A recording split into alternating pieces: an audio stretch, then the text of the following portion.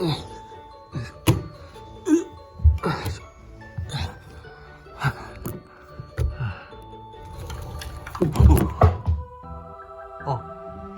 ちは。おう、こんにちは。ミッキーさん、どうしたんですか？ちょっと散歩だよ。いつもお前のベッドの上にいるけどよ、運動不足だからたまには歩かないとな。そうなんですね。ちゃんとマスクもして、コロナ対策もバッチリだ。